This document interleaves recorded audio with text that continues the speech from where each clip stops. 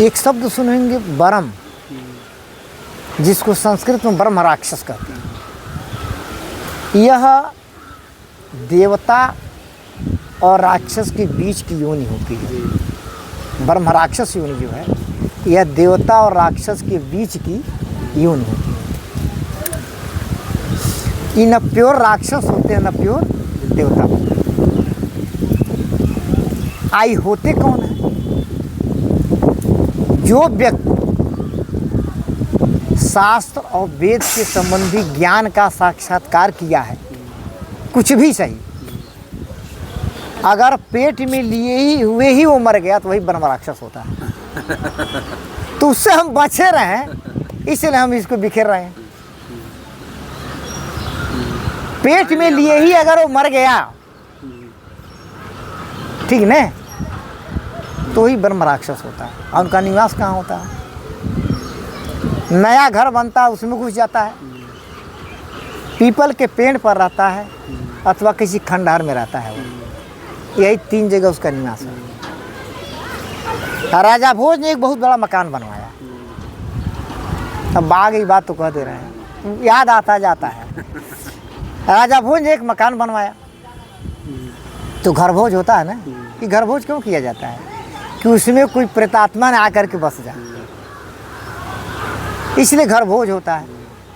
आजकल घर भोज उसके लिए नहीं हो रहा है, दिखाने के लिए हो रहा है कि ना जाने खियौली हम, हमारा बड़ा नाम है, अरे फलाने जने के घर भोज कैले हैं, बड़ी जने खैले हैं, हई सब्जी बनल रहा है।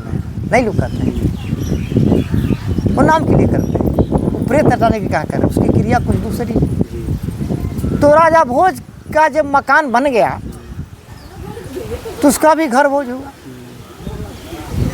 तो उसमें एक परंपरा है कि जो पंडित जी घर भोज कराते हैं, वह एक रात पहले, पहला दिन वही सोए उसमें, पहले दिन वही उसमें सोए। अब तो लोग सोते नहीं हैं, भाग जाते हैं, लेकिन ये परंपरा है, नियम है, पहले दिन वही सोए। तो जो बड़े मंत्र के जानकार थे, बड़ा कर्म कांड किए थे, घर भोज कराए थे, वो पंडित जी सोए उसमें। बढ़िया से खाना दाना खाए, उनका बढ़िया बिस्तरा उस्तरा दिया जाता है पंडित जी को सोने के लिए। खूब सोए, सुखपूर्वक सोए। सवेरे जब फाटक खोला गया तो उनकी लाश पड़ी थी, मर गई। पंडित जी की लाश निकाली गई।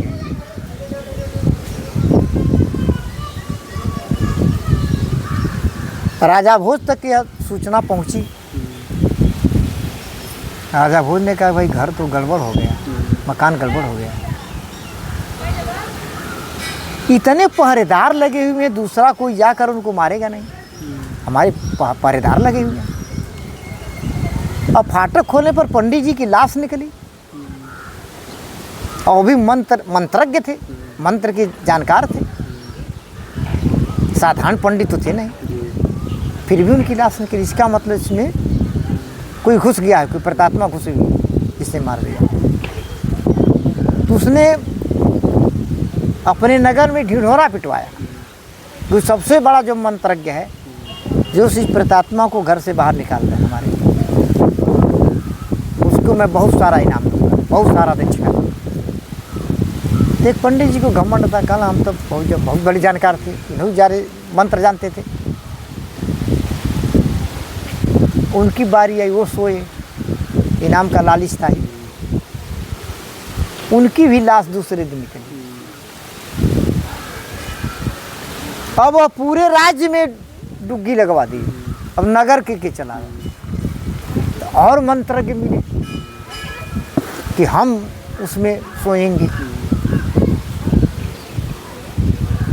वो भी सोए, इनकी भी वही दशा हुई। ऐसे कई लाशें निकल गई। राजा भोज ने बंद कर दिया कि लाशें निकलने से बढ़िया कि इसको बंद कर दिया जाए।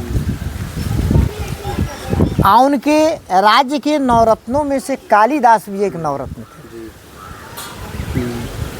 ते मंत्रज्ञ तो थे नहीं, लेकिन बहुत बड़े कवि थे। उन्होंने महाकाव्य लिखा है। कालिदास का महाकाव्य को पढ़े हैं? नहीं पढ़े? अच्छा, संस्कृत में बहुत कम है। अच्छा, तभी सुने होंगे उन महाकाव्य। कालिदास रघुवंश महाकाव्य। अब उसके बाद में बताएंगे। कालिदास को यह सहा नहीं गया। उन्होंने कहा, राजन, मैं आपके नवरत्नों में से हूँ और आपकी बड़ी बेइज्जती हो रही है, आपके राज्य की बेइज्जती हो रही है, आपकी बेइज्जती हो रही है। जरा मैं भी जाना चाहता हूँ, एक रात मैं सोना चाहता हूँ कि देखें क्या है। और राजा बहुत चिंतित हो गए, कहना, अरे अब तो और हमारी बेइज्जती होगी, क्योंकि आप हमारे नवरत्नों में से हैं, आप इस देश के रत्न हैं। आप विदा हो जाएंगे तो रत्न मिलेगा कहाँ से? और लोग तो दूसरे जैसे थे।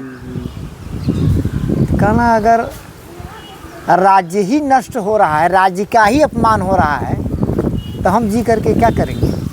एक दिन तो वैसे ही मरना है हमको, सबको मरना है एक दिन। तो इससे मोह क्या है? जरा देख तो ना क्या है।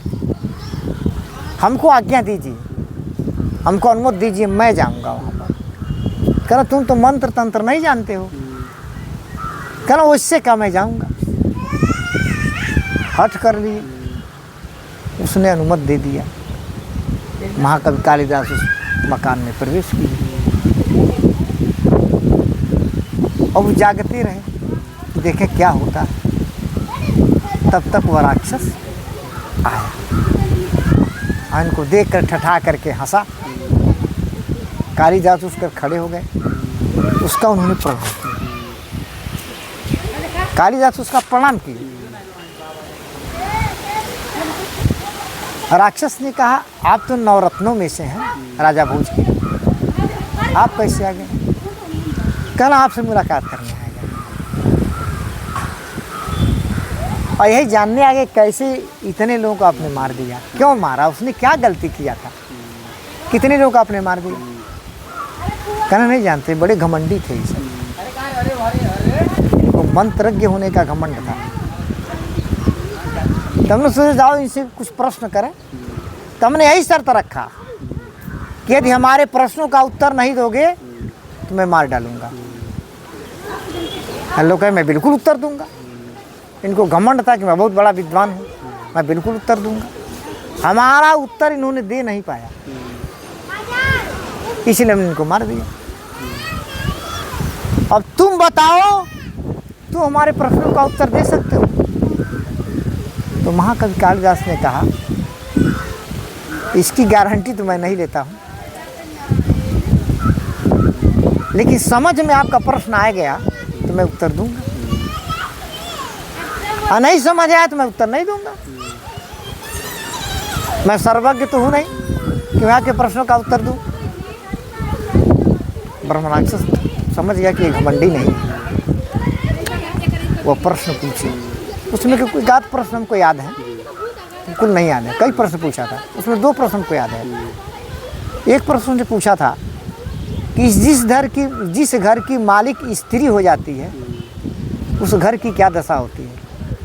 तो उसने कहा, वह घर बर्बाद हो जाता है। कालिदास ने कहा, तो वह घर बर्बाद हो जाता है। फिर उसने एक प्रश्न पूछा था, जिस दल में सभी नेता हो जाते हैं, उस दल की क्या दशा होती है? तो उसने कहा, वह दल नष्ट हो जाता है। जिसमें सभी नेता हो जाते हैं, वह दल नष्ट हो जाता है। ऐसे और प्रश्न उसने पूछा। तो ब्रह्म राक्षस जो है वो बड़ा प्रसन्न हुआ, बहुत प्रसन्न हुआ, और उसने कहा, आप कोई वरदान मांगे। कालिदास ने कहा, हमको किसी चीज़ की कमी है नहीं, धन की भी कमी नहीं है, सरस्वती जी भी हमारे पास हैं, और राजा के दरबार में मैं नवरत्न हूँ। एक ही चीज़ मांग रहा हूँ, इस मकनिया से आप निकल जाइए।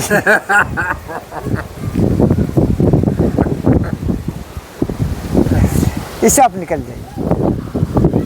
तो निकल गया। तो इसीलिए हम यहाँ बोल देते हैं कि जो कुछ है, तो हम भी ब्रह्म राक्षस में न चले जाएं, नहीं तो वही खंडहर में निवास मिलेगा। ऐसे ही पीपल के पेड़ पर रहूँगा, ना किसी खंडहर में रहूँगा। तो उस योनि से निस्तारण हो जाए, इसलिए तो यही अब वार्ता को बहुत बड़ी